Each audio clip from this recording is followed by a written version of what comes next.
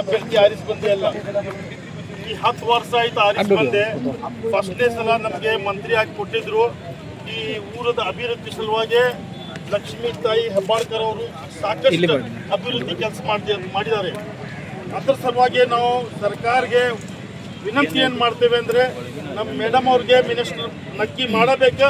ನಾವು ನಿರೀಕ್ಷೆ ಇಟ್ಟಿದ್ದೆವು, DCM ಮಾಡಬೇಕಂತ ನಿರೀಕ್ಷೆ ಇತ್ತು ನಮಗೆ ಕನಿಷ್ಠ ಮಿನಿಸ್ಟರ್ ಕೊಡ್ರಿ ಅಂತ ಹೇಳಿ ನಾವು ಸರ್ಕಾರಕ್ಕೆ ಒತ್ತಾಯ ಮಾಡ್ತಾ ಇದ್ದೇವೆ. ಕೊಟ್ಟಂತ ಸಚಿವ ಸ್ಥಾನವನ್ನ ಅಚ್ಚುಕಟ್ಟಾಗಿ ಸಮರ್ಥವಾಗಿ ನಿಭಾಯಿಸಿದಂತ ಶ್ರೀಮತಿ ಲಕ್ಷ್ಮೀ ಹೆಬ್ಬಾಳ್ಕರ್ ಅವರಿಗೆ ಸಚಿವ ಸ್ಥಾನವನ್ನು ಕೊಡಲೇಬೇಕಂತ ನಾವು ರಾಜ್ಯ ಸರ್ಕಾರ ಮತ್ತು ಹೈಕಮಾಂಡ್ ಮಟ್ಟದಲ್ಲಿ ಮುಖ್ಯಮಂತ್ರಿಗಳನ್ನ ಒಕ್ಕೂಲಿನಿಂದ ಕೇಳ್ತಾ ಇದ್ದೇವೆ. ಯಾಕಂತಂದ್ರೆ ಈ ಭಾಗದಲ್ಲಿ ಅಭಿವೃದ್ಧಿಯ ಅಧಿಕಾರ ಅವರು ಸಾಕಷ್ಟು ಅಭಿವೃದ್ಧಿಗಳನ್ನು ಮಾಡಿ ಮಹಿಳೆಯರನ್ನ ಸಬಲೀಕರಣ ಮಾಡುವಲ್ಲಿ ಅತಿ ಯಶಸ್ವಿಯಾಗಿದ್ದಾರೆ.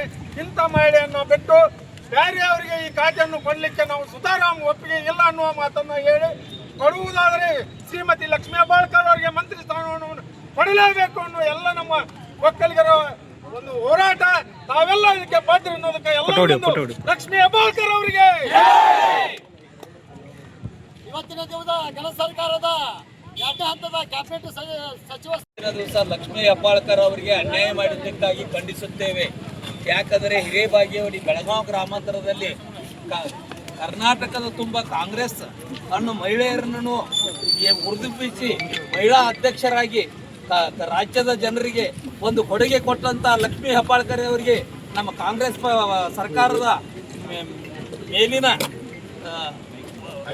ಹೈಕಮಾಂಡ್ ಇದ್ದಂಥದ್ದು ಇವತ್ತು ಅನ್ಯಾಯ ಮಾಡ್ತಾ ಇದೆ. ಅದಕ್ಕೆ ನಾವು ಖಂಡಿಸ್ತೇವೆ. ಇಂಥವರಿಗೆ ಬಿಟ್ಟುಕಾರ ಇವರು ಪಕ್ಷ ಸಂಘಟನೆ ಇಲ್ಲದವರಿಗೆ ಮಂತ್ರಿ ಪದವಿಗಳನ್ನು ಕೊಟ್ಟು ನಮ್ಮ ಚಲ